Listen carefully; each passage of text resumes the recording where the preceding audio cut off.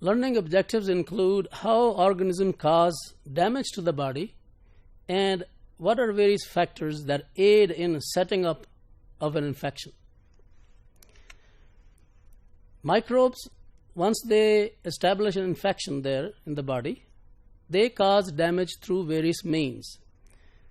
One of them is nutrient depletion. Iron is needed for the body, and if you take the iron out of the body would not be able to make blood cells, and various other enzymes would become dysfunctional or their function would be disrupted that use iron, for example. Bacteria, they produce a protein called siderophores which bind iron, and once that iron is not available to the body, it causes disruption in the bodily mechanisms. Another way that the organisms do the damage is by direct invasion of the cells. So when organisms penetrate the cells, it replicates there and accumulates toxic compounds that basically cause the lysis of the cell or killing of the cell. So this is called a direct damage. Organisms also are known to secrete toxins which are lethal, which are damaging to the cells directly, and some organisms cause hypersensitivity reactions. Hypersensitivity basically is body's own defense mechanism becomes the enemy of the body. So if there are antibodies like IgE, if they are produced in the body as a result of infection or pollens or dust particles and all that, even there are situations where the organisms attach to the surface of the cells, and antibodies which are basically going to kill or eliminate the organisms, because the organism is attaching to the cell.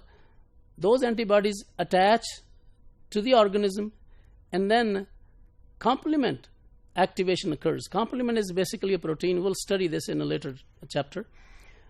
They cause direct damage to the cell. So hypersensitivity is another way of causing damage to the body.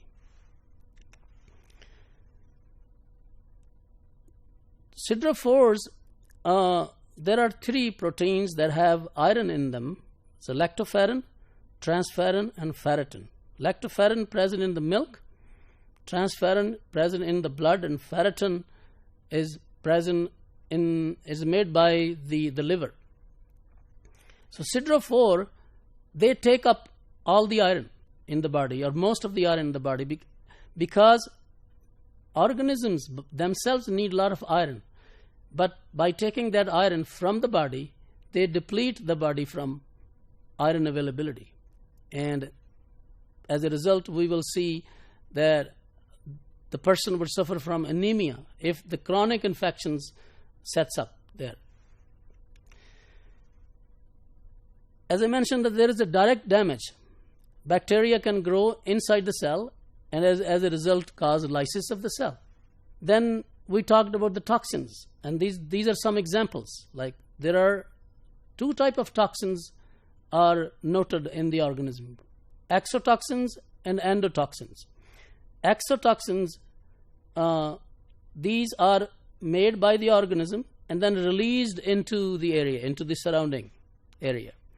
They cause direct damage, and body produces antibodies which we call antitoxins. So antitoxins, another term that you should know, they are basically antibodies made against the toxins.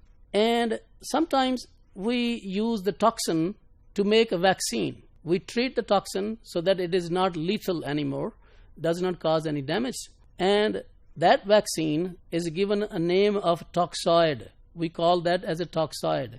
Like tetani, Clostridium tetani organism secretes a toxin which we can modify into vaccine, and that toxin is called toxoid. There is another type of toxin called AB toxin. AB toxin has two components, A and B. A basically is the active component, and B is that part that binds to the body, to the cell surface, like here, receptor. Diphtheria toxin is an example of AB toxins. Then there are other toxins that cause membrane disrupting or disruption of membranes. So they would lyse the cells. Examples include leukocidins, which lyse leukocytes, and hemolysins, which lyse RBCs. There is another toxin, it's called superantigens. Superantigens are those chemical components of the organisms that they provoke intense immune response. So as a result, the immune system is heightened. It is a heightened response of the immune system against those organisms' components. But as a result, lots of cytokines are released. And cytokines are basically hormone-like structures, basically hormones, but not released by the glands that we see in typical hormones. They are secretions of the cells, mostly B lymphocytes, T lymphocytes, and macrophages. But when they're released, they cause damage. These cytokines basically result in a lot of damage. So this is another way of causing damage. As I mentioned, there are two types of toxins. One is exotoxins that we just described, and the other kind is endotoxins. Endotoxins are basically part of the cell wall, and they're not released. They are only released when the organism gets killed. Like here, this is a gram-negative organism, and the cell wall of the gram-negative organism basically has a lipopolysaccharide in it, LPS, which causes fever and shock. And this toxin could be tested. The presence of the toxin could be tested by LAL test, which is Limulus amoebocyte lysate assay. This is a hemolymph from horseshoe crab. So you should know that if you wanted to test the presence of a toxin, especially in injections and medicines that we use for human or animal treatment, they need to be free of these endotoxins. These are pyrogenic. They cause fever and shock.